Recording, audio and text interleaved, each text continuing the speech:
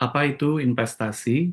Saya taruh gambarnya orang nangis karena investasi untuk sebagian orang, bahkan kebanyakan orang di Indonesia, itu sesuatu hal yang sangat mengerikan. Fakta pahit, 99 orang yang bilang investasi saya gagal, sebenarnya gagal memahami apa itu investasi. Mereka berharap cepat untung, tapi nggak siap menunggu, belajar, dan bertanggung jawab. Hal yang sama, 99 orang yang investasi ke lembur healing mengatakan saya pernah investasi ternak dan gagal uang saya hilang. Fakta pahit di dunia investasi. Yang pertama, di Indonesia, nggak semua perusahaan dibangun untuk tumbuh jangka panjang. Kalau lihat lembur healing dari website, sosmed, dari awal didirikan, memang dikonsepkan untuk bertumbuh terus jangka panjang. Dari peternakan, restoran, sektor hilir, beserta atributnya, sampai pemberdayaan petani, dikonsepkan untuk jangka panjang.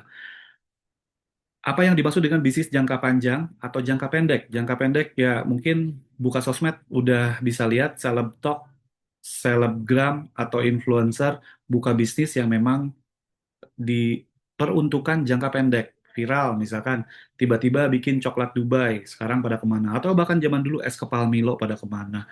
Atau lagi bisa disebut em, boba sekarang yang udah turun dan sekarang pedal bertahan berapa lama itu yang bisa yang dimaksudkan dengan bisnis jangka pendek.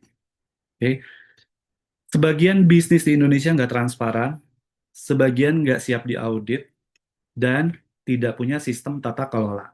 Kalau lihat sosmed banyak banget yang negatif-negatif, akibatnya kepercayaan publik terhadap investasi rusak.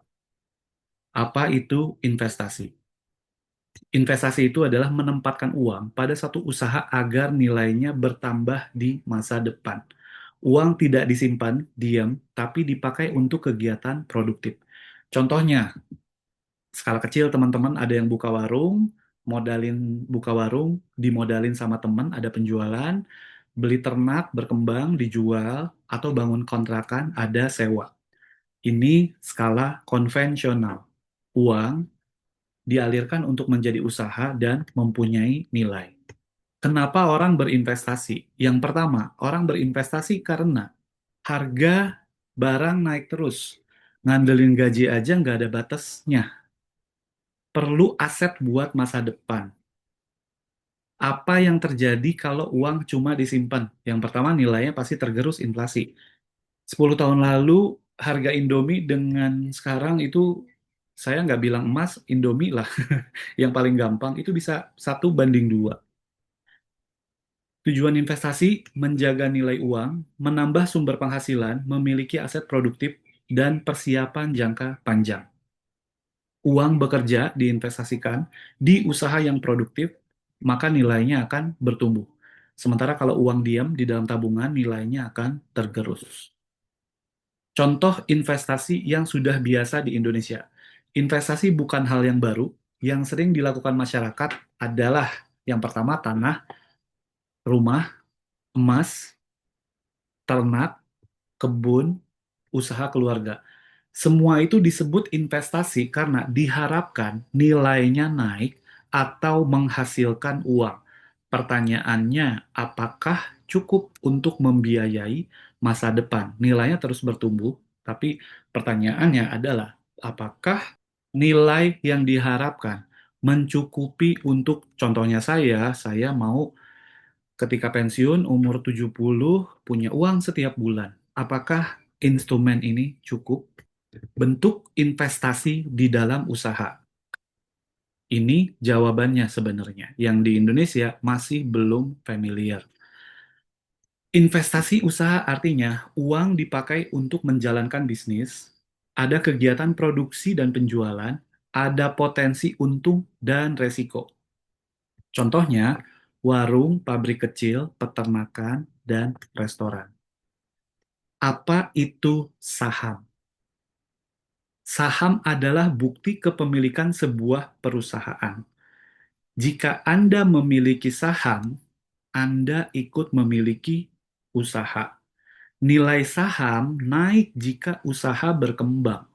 Saya analogikan misalkan tahun 2022 Lembur Healing mendirikan peternakan hanya lahan 1.000 meter. Dombanya cuma ada 3, terus 2 tahun kemudian lahan jadi 1 hektar. Populasi domba 200 sampai 300 ekor. Sekarang kami sedang membangun sektor hilir restoran dengan kapasitas 800 seat, rumah potong hewan. Apakah nilai investasi saham yang ditanam oleh investor itu sama atau berkembang? Logisnya harusnya berkembang. Dan saham bisa diwariskan, sama seperti instrumen-instrumen yang ada di sini. Saham bukan hutang, tetapi kepemilikan. Jadi ketika teman-teman menginvestasikan dana ke perusahaan, bentuknya itu saham, bukan perusahaan yang hutang terhadap kita sebagai investor. Investasi di perusahaan. Investasi berarti di perusahaan berarti menanam modal, usaha dikelola profesional, investor tidak mengelola operasional harian beserta segala keputusan perusahaan, keuntungan dibagi sesuai kinerja atau kesepakatan di awal ketika berinvestasi.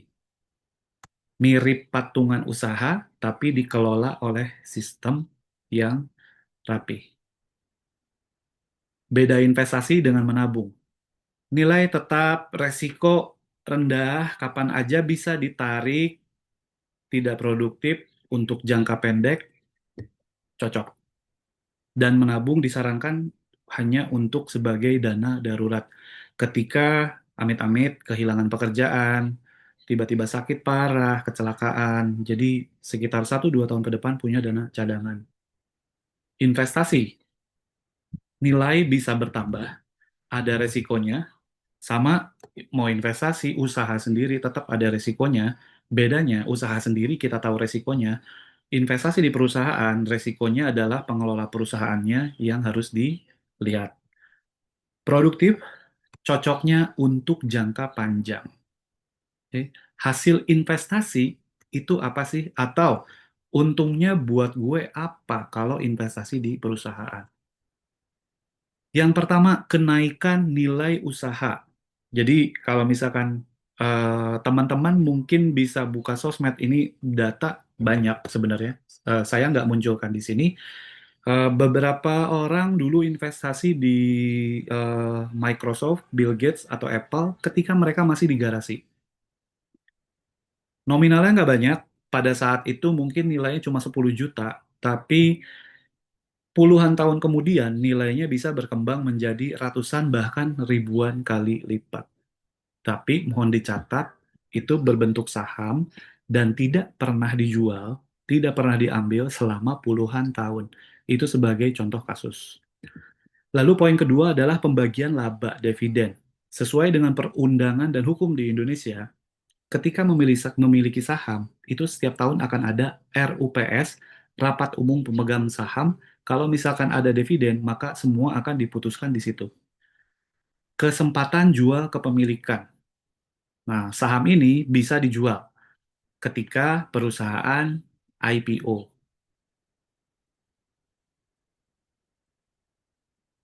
Ketiga instrumen ini tidak selalu rutin, tergantung kinerja usaha tersebut. Resiko di dalam investasi. Semua investasi memiliki resiko. Usaha bisa lambat berkembang, kondisi pasar berubah, faktor operasional. Usaha bisa lambat berkembang, misalkan contoh ada kasus Eagerland misalkan, itu kan dana 40 miliar, saya yakin itu ada investornya. Ternyata apa yang terjadi, pemerintah menutup. Itu bisa saja terjadi pada semua bisnis. Yang kedua, kondisi pasar berubah. Misalkan teman-teman investasi di dokter skincare, DNA salmon, tiba-tiba sekarang ada DNA domba berubah. Itu pasar berubah. Nah, jadi harus jeli jenis bisnis perusahaan yang dijalani. Lalu faktor operasional. Operasional peternakan contohnya alam. di Lembur Healing mengalami sendiri. Satu, alam. Tiba-tiba El Nino, tiba-tiba kadang hujan 1 minggu aja, itu mempengaruhi adanya kematian ternak. Yang paling penting resiko itu dikelola bukan dihindari. Investasi di Lembur Healing berarti ikut memiliki perusahaan pangan, dana dipakai untuk usaha nyata. Kami bukan startup di teknologi yang dananya dibakar di layar komputer, ada aset nyata, fokus jangka menengah dan panjang, bertumbuh bersama ekosistem petani. Kapan investor mendapatkan hasil? Nah, ketika potensi hasil datang melalui satu, tapi yang harus dicatat adalah ketika mau berinvestasi di satu perusahaan, apapun jenis usahanya, yang harus ditanya adalah 5, 10, 20 tahun ke depan arah perusahaan ini kemana? Lembur Healing dari pertama didirikan sudah saya rencanakan untuk 20 tahun ke depan seperti apa. Mungkin nggak fully form, tapi tujuannya tetap sama sebagai sektor pangan di Indonesia. Kalau hanya di satu sektor aja, misalkan Lembur Healing, cuma di peternakan domba aja, itu masalahnya akan banyak. Kenapa? Kita contoh di sektor ayam, Java, itu bisnisnya terpecah jadi banyak sektor. Yang pertama ayamnya, yang kedua itu telurnya, yang ketiga pakan ayamnya, itu berkembangnya harus dinamis dan saling menyokong masing-masing sektor bisnis. Dividen jika usaha untung itu dibagikannya tahunan, dan buyback perusahaan membeli kembali saham. Jadi ketiga poin ini di Lembur Healing semuanya ada jika tiga teman-teman sebagai investor. Jika teman-teman jika teman-teman investasi di Lembur Healing, kami menyediakan tiga skema ini. Bukan cepat, tapi bertahap. Exit strategi investor. Apa yang dimaksud dengan exit strategi investor? Kalau misalkan tiba-tiba pacaran orang putus nggak suka sama saya, si Indra nih begini begitu, gimana cara keluarnya? Cara investor keluar yang pertama adalah buyback oleh perusahaan. Misalkan dana teman-teman investasi di perusahaan Lembur Healing 10 juta, karena itu berupa saham, perusahaan bisa membeli balik saham tersebut. Mohon dicatat, perusahaan masing-masing perusahaan ada timelinenya, tapi kami menyediakan skema ini. Yang kedua adalah penjualan saham private, dijual lagi ke orang. Ini kalau misalkan tahap perusahaannya udah besar. Yang nomor tiga IPO, target jangka panjang. Ketika sudah IPO, saham yang teman-teman beli bisa jual kapanpun dalam hitungan detik. Sama kayak teman-teman punya emas, jual ke toko emas kapanpun mau. Di Indonesia tidak banyak perusahaan yang dikelola secara kredibel dan siap menuju pasar publik. Oke, siapa yang cocok berinvestasi? Yang pertama, teman-teman yang bekerja, saya dulu bekerja. Yang kedua, UMKM, punya usaha tapi eh, belum kepikiran, belum mampu untuk mengembangkan perusahaan sampai ke skala TBK atau IPO. Profesional, siapa itu profesional? Dokter, semua profesi, atau investor retail. Tidak cocok untuk yang mencari uang cepat. Ini yang biasa dilakukan trading, beli hari ini, minggu depan butuh duit bisa dijual, pas naik jual, mau turun jual, beli, itu nggak cocok. Posisi Lembur Healing. Lembur Healing dibangun dengan prinsip, satu, bisnis nyata. Yang dimaksud dengan bisnis nyata, buat beberapa orang yang biasa investasi di saham, tahu perusahaannya, tapi nggak tahu perusahaan bergerak di bidang apa. Yang mereka tahu sahamnya naik atau turun. Dan ini sebenarnya mempengaruhi dengan akad untuk Muslim berinvestasi. Harus tahu bisnisnya bergerak di dalam bidang apa. Tata kelola transparan, siap diaudit, dan siap bertumbuh jangka panjang. Penutup, nama saya Indra Subono. Beberapa orang bilang saya gila, gila dalam segala hal, dalam ambisi dan segala macam. Tapi buat saya investasi adalah menumbuhkan uang melalui usaha nyata. Investasi dari rekan-rekan adalah tugas saya untuk menumbuhkan dana para investor, lembu riling membangun sektor pangan di Indonesia yang berkelanjutan. Terima kasih. Assalamualaikum warahmatullahi wabarakatuh.